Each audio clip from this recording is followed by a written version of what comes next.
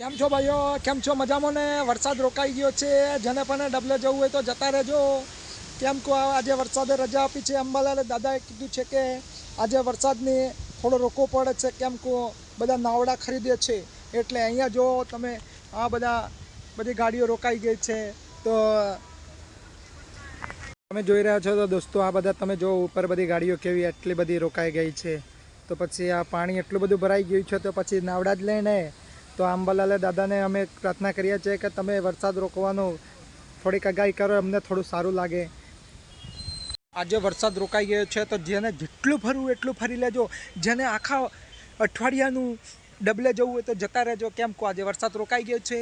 પાછા અંબાલાલ દાદા કહે છે કે અમારે વરસાદની પાછી આગાહી કરશે તો પાછા તમે કહી જશો, એટલે આખા અઠવાડિયાનો થોડીક ટાંકી ખાલી કરી આપજો અને પાછા ટાંકીમાં ભરી રાખજો, એટલે પાછું અઠવાડિયા સુધી સારું જ લાગી થઈ છે.